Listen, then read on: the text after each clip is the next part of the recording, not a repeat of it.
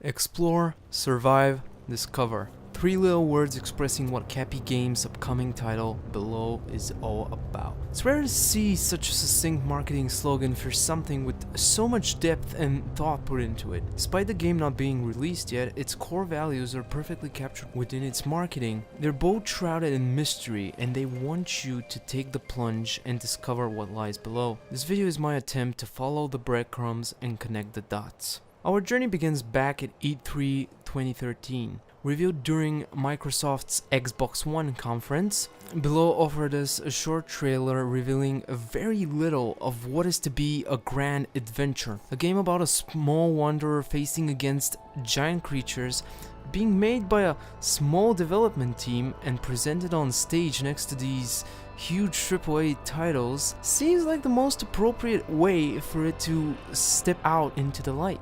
It raised a lot of questions from the start, some of which got answered later at conventions, press events, and demonstrations of the game. Many, however, still remain a mystery, and it's these questions that are at the core of what makes Below special. They're what made me go through every video and article I could find in an attempt to piece the puzzle.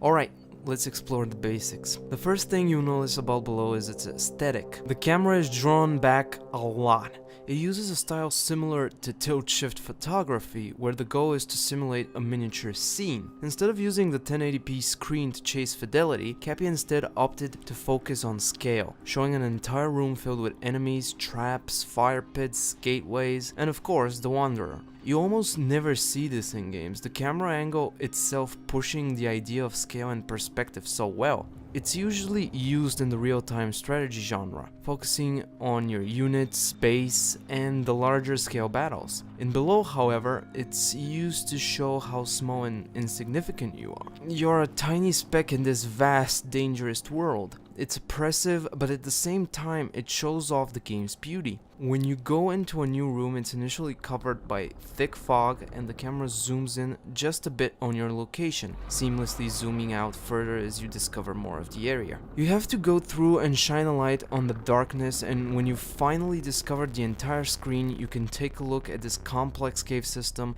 and be awed by its artistry. Below has a unique aesthetic, but achieving it was a challenge for the team. In fact, one of the hardest things to pull off was making everything clearly visible. That's quite tricky in a game that's centered around darkness and zoomed out perspective. Cappy went through great lengths to preserve the aesthetic because it is very important for the game's central themes. The dedication is admirable considering how well the game turned out visually. Another thing that should be applauded is how much of the original pitch by creative director Chris Piotrowski is actually in the final game. The zoomed out perspective, the focus on dark and light, the minimalist UI, the difficulty, the giant antagonistic forces of the caves, and so on. Don't worry, we will go through all of these features in detail.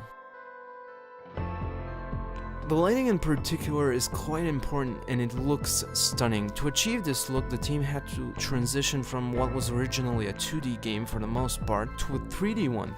Lighting also plays a huge part into the game's themes. The caves in Below are dark and they get darker the further down you go. Darkness has been used before to symbolize mystery and concealed danger, while on the other hand, light represents knowledge. So in Below you go into the caves that are initially shrouded in darkness and you try to light them up in order to reveal their secrets. It shouldn't come as a surprise then that one of the most important items in the game, the magical lantern your first wanderer carries around, can actually reveal secret paintings and traps. It's also an item that's very important for the main quest of the game, although we don't exactly know how. One of the paintings in the cave shows that other people who've gone down there before have used a similar lantern, or perhaps the same one. When you die, you drop your items and you have to go back and recover them. Things like the lantern and items like bottles remain on your previous wanderer's corpse.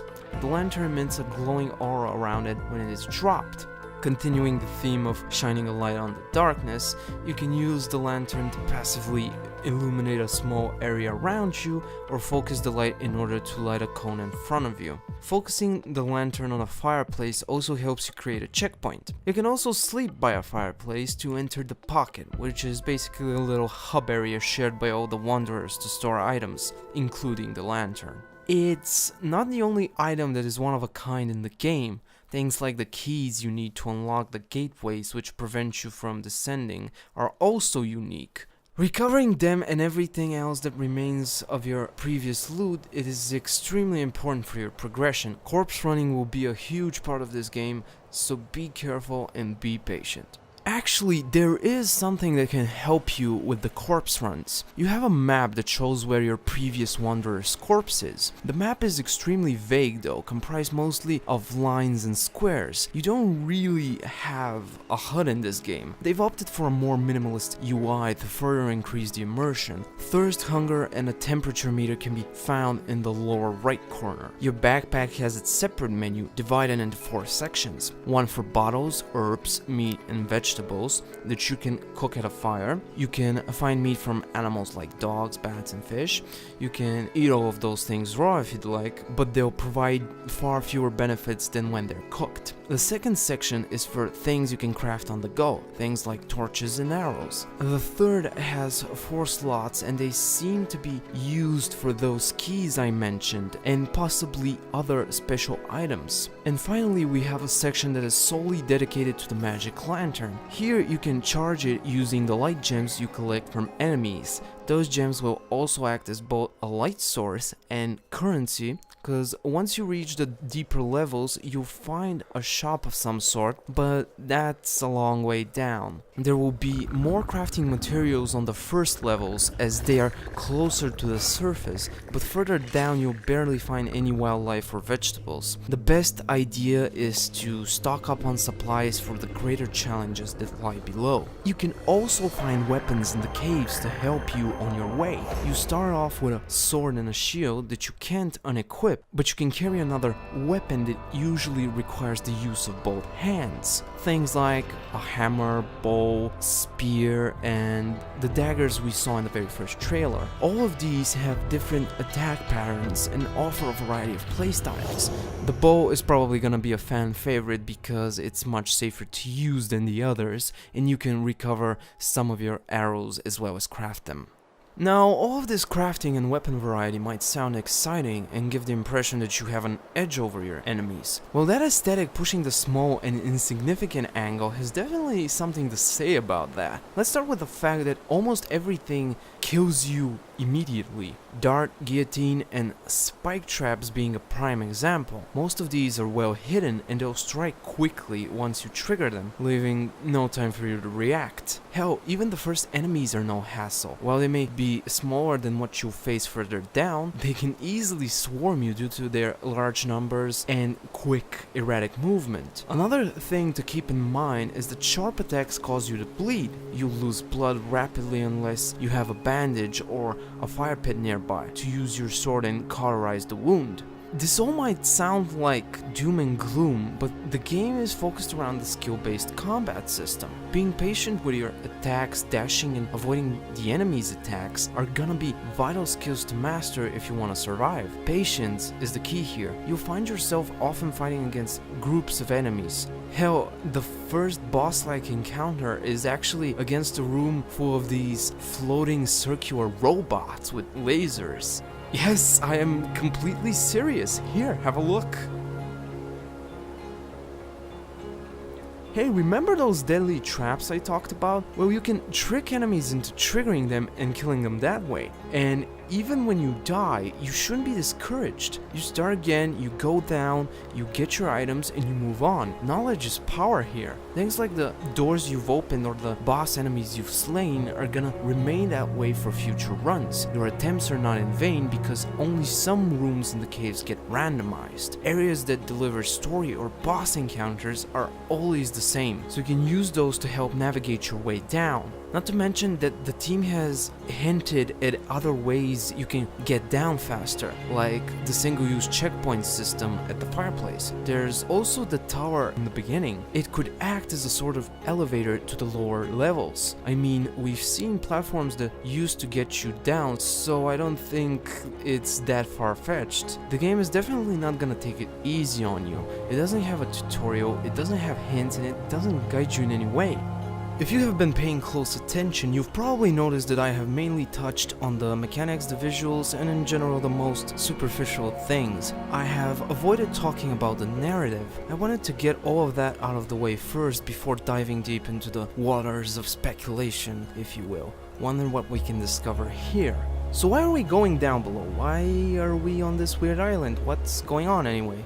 From what I was able to gather, there is a reason why all of these wanderers are going to the island. It's almost as if it's calling out to them. This serves as a pretty good metaphor for the player's thirst for discovery, wanting to find out as much as possible and shine a light on the darkness. I feel like this is a game where the character's motivations line up perfectly with those of the player. They both want to figure out what's going on and fight through the beasties in their way. It's quite colonialist in that sense. In other games, when you die, there's rarely any diegetic reason explaining your death. The player controls a character that more often than not has his own motivations and has to go through accomplishing them. Not the case in Below.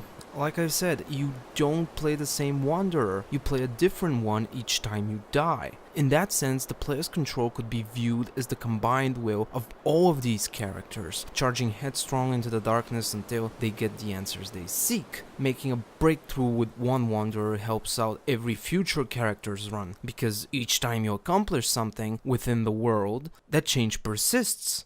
That's how you build on the success of others. It's a neat spin on the roguelite genre. Usually you unlock new things in those games or make your runs easier by leveling up or upgrading something. In a way, the game is not about the player at all. In most third-person action games, the camera closely follows behind your character to show how capable and amazing you are. The camera here covers such a huge area so it can show you exactly what giant threats await you. Mostly these great cave systems that get more dangerous and alienating the lower you go. The caves have their own ecosystem, their own wildlife, flora and fauna, and you're trespassing on these lands. They exist without you. The world is cold and unwelcoming because you have no place being there. Or do you? That's just one reading, and it is supported by several mechanics and aesthetic choices, but what if we look at it in a different way? What if you're there not just to find out what this place is, but to find out who you are? I'm not suggesting that the Wanderers have some sort of amnesia, but rather that they feel empty and want to gain a deeper understanding about themselves through spelunking, I guess. What if the Wanderers are suffering from the Traveler's Curse, i.e., the more places you see, the more things you see that appeal to you, but no one place has them all. In fact, each place has a smaller and smaller percentage of the things you love, the more things you see. It drives you, even subconsciously, to keep looking for a place not that's perfect, but a place that's just right for you.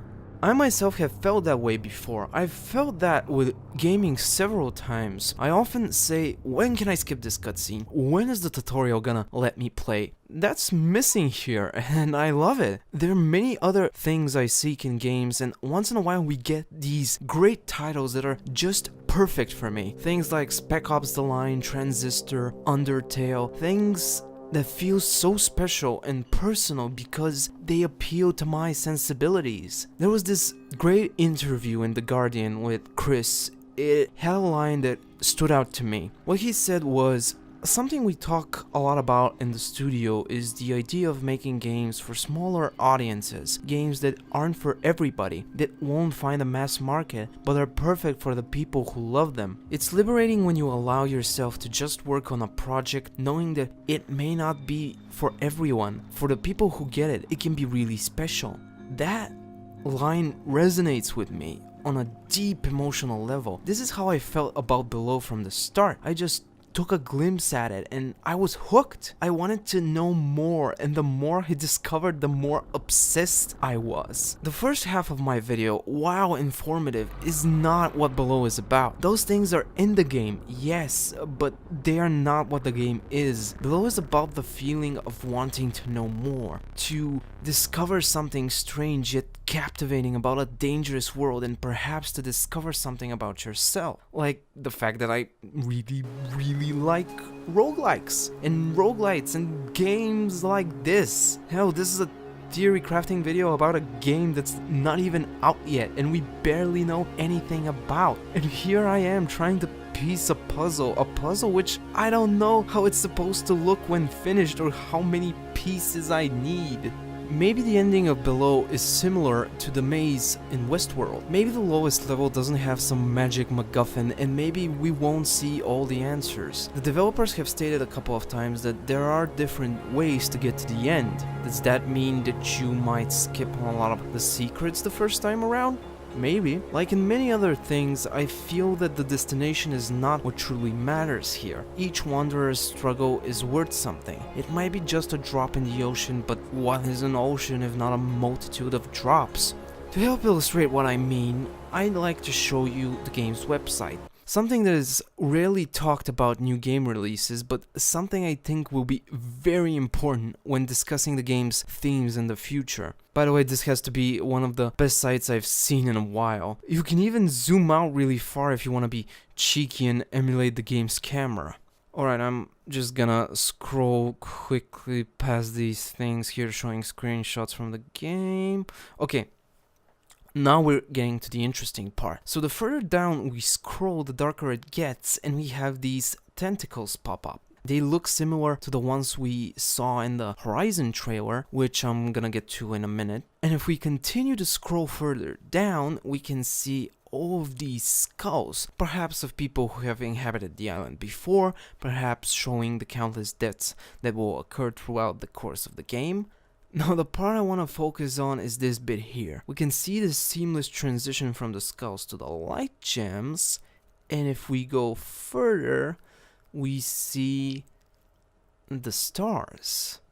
And then we loop back to where we started. So what does all of this mean? Well, let's get to the Horizon trailer. I want you to look at the edges of the platform just when the column starts moving.